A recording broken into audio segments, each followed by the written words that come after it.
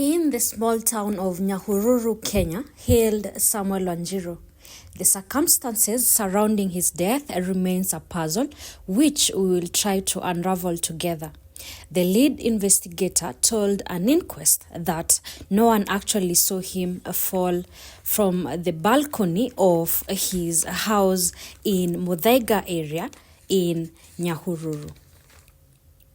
When he won the Chicago Marathon in October after a frustrating year of injury and illness, Samuel Wanjiru seemed relieved and upbeat. Finally, he said he could think about chasing the world held by Haile Gebrselassie of Ethiopia.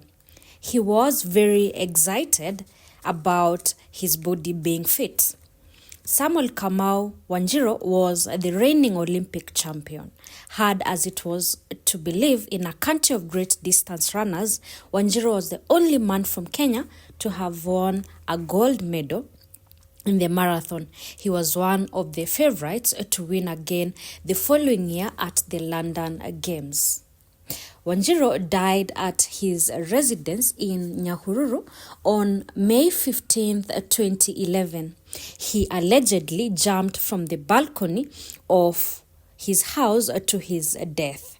Senior Superintendent Jacob Kaberi Kanake said that the investigators encountered inconsistencies of how Wanjiru died in May 2011 in his residence in Nyahururu.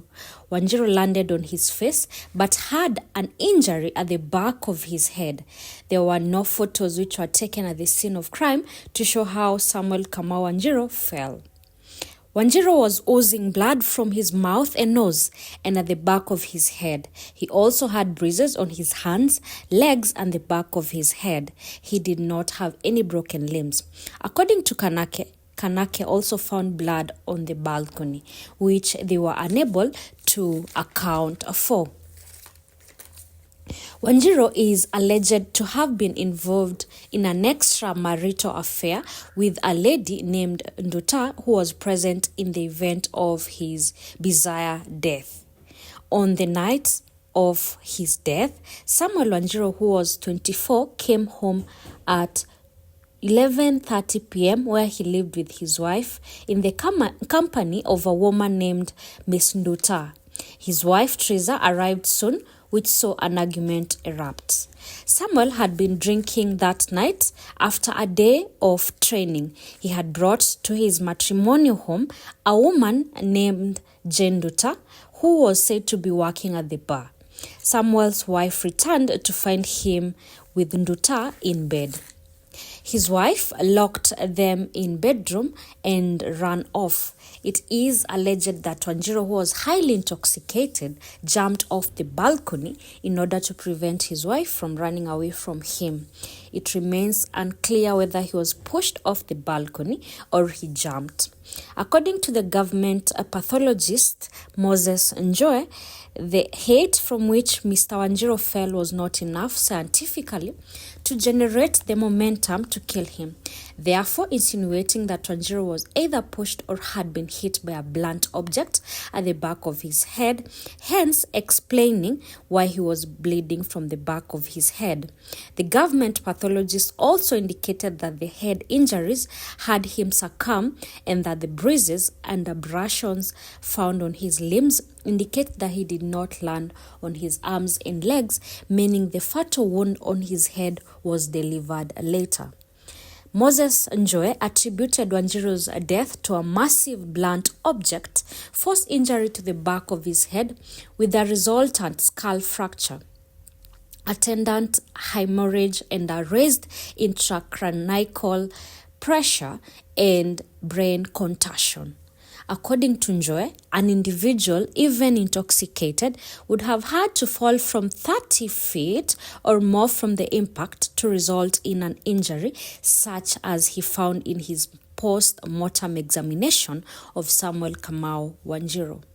He further mentioned that Wanjiru's, being an athlete, he landed on all his fours, limbs, cat style, and that the fatal head injury was inflicted independently, meaning he landed on his legs and supported himself with his hands, bringing in the question, where did the injury at the back of his head come from? It is alleged that no one saw Wanjiru falling off as Miss Nduta was inside the house while his wife, Miss Njeri, was leaving the compound. Did Miss Njeri and Miss Nduta conspire to kill Wanjiru? Would two women who are not friends conspire? And looking at the circumstances that the two met, was it possible to agree to commit such a heinous act? Who had a special interest in seeing Wanjiru dead? The court had statements that Miss Njeri, the marathoner's wife, were very inconsistent and defensive before raising eyebrows. Why would Wanjiru bring Nduta to his matrimonial house? Teresa, in a statement, told the police that Wanjiru had informed her that his wife was not around and it was okay for her to go to the house, only for Wanjiru's wife to show up shortly after. Teresa Njeri, who was the prime suspect and wife to Samuel Kamau Wanjiru, was arrested but later acquitted due to lack of evidence, for she was not in the compound when Wanjiru fell. His Italian friend Federico Rosa, who had landed Wanjiru a Toyota Prado on the fateful night, insisted that Samuel Wanjiru was not suicidal and refuted any suicidal claims. The question remains, who killed Samuel Wanjiru? Hannah Wanjiru, the athlete's mother, believes that her son had been hit at the back of the head with a piece of metal and there was blood in the bedroom. National Police spokesman Eric Keraithe had stated that Samuel Wanjiru was suicidal, something that Samuel's friends and relatives denied. Wanjiru's life had grown complicated since he won the Chicago Marathon. In late December, he was charged with threatening his wife and a maid with an illegally obtained AK-47 rifle. He was also charged with hitting a security guard at his estate with the butt of the firearm. An angry Wanjiru broke windows in his house using the muzzle of his rifle early in the morning on December 27th and threatened to kill his wife Teresa Njeri. A security guard said he saw Wanjiru emerge from the house with an unidentified woman. Wanjiru denied the charges, saying he was framed and was released from jail on bail.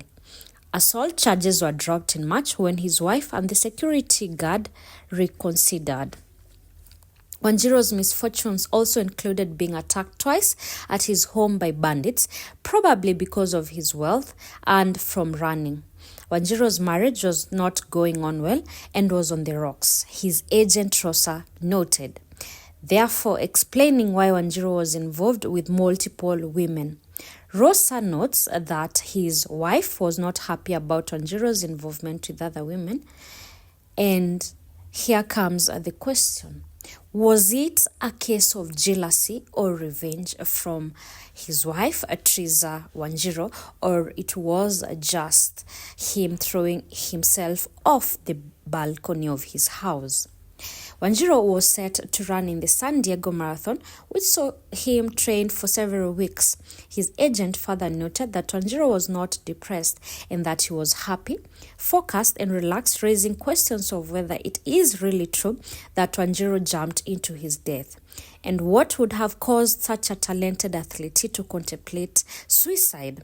Was it because he was trying to save Nduta from getting attacked by Njeri, his mistress? Was he trying to follow his wife Teresa Njeri so that they fix things? Did Samuel Wanjiru have impaired judgment due to the fact that he was intoxicated? In 2008, Wanjiru set an Olympic record in winning the marathon in 2 hours, 6 minutes, 32 seconds on a blistering day that reached 86 degrees. Given the brutal conditions, many considered it the greatest marathon ever ran. Samuel's talent was undeniable. At a young age of 24, he achieved so much and was destined for greatness. He would go down the memory lane as one of the greatest marathoners. The question still remains.